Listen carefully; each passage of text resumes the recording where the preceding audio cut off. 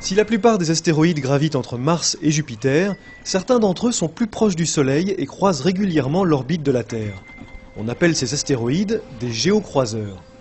Les plus menaçants, ceux qui mesurent plus d'1 kilomètre de diamètre et passent à moins de 7 millions de kilomètres de la Terre, sont surveillés depuis le sol. Aucun des objets répertoriés aujourd'hui de diamètre supérieur à 1 km ne présente de risque de collision avec la Terre.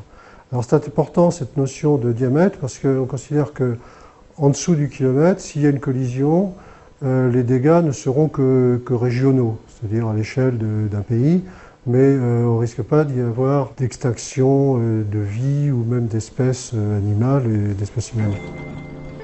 Toutefois, certains astéroïdes plus petits ne manquent pas de faire parler d'eux et d'agiter la communauté scientifique. C'est le cas d'Apophis, un astéroïde géocroiseur de 300 mètres de diamètre découvert en 2004. Les chances de voir Apophis percuter la Terre sont extrêmement faibles. Néanmoins, les déambulations de ce gros caillou dans l'espace sont suivies de près, car chacun de ces passages à proximité d'un objet de taille importante, comme la Terre par exemple, est susceptible de dévier sa trajectoire, gravité oblige. Il va repasser très près de la Terre en 2029, le 13 avril 2029. Très près, c'est 40 000 km. Donc vraiment, on le verra à l'œil nu.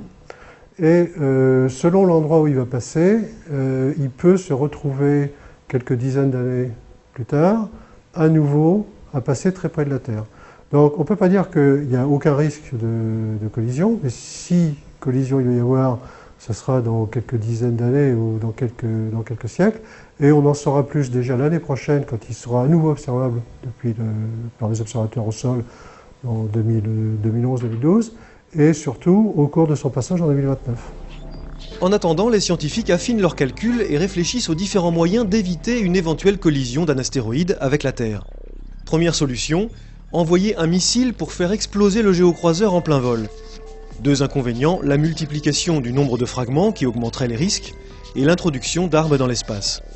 Une autre méthode, c'est d'appliquer une impulsion assez forte qui change la trajectoire en un instant très réduit, très faible, donc par l'intermédiaire d'un impact, c'est-à-dire on le fait heurter par un objet à grande vitesse et ça donne une impulsion qui modifie la trajectoire.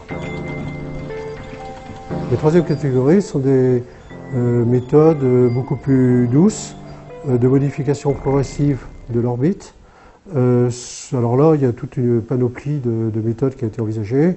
On peut éjecter des masses depuis le sol de l'astéroïde, on peut changer sa luminosité de manière à changer les forces photoniques qui s'appliquent sur lui.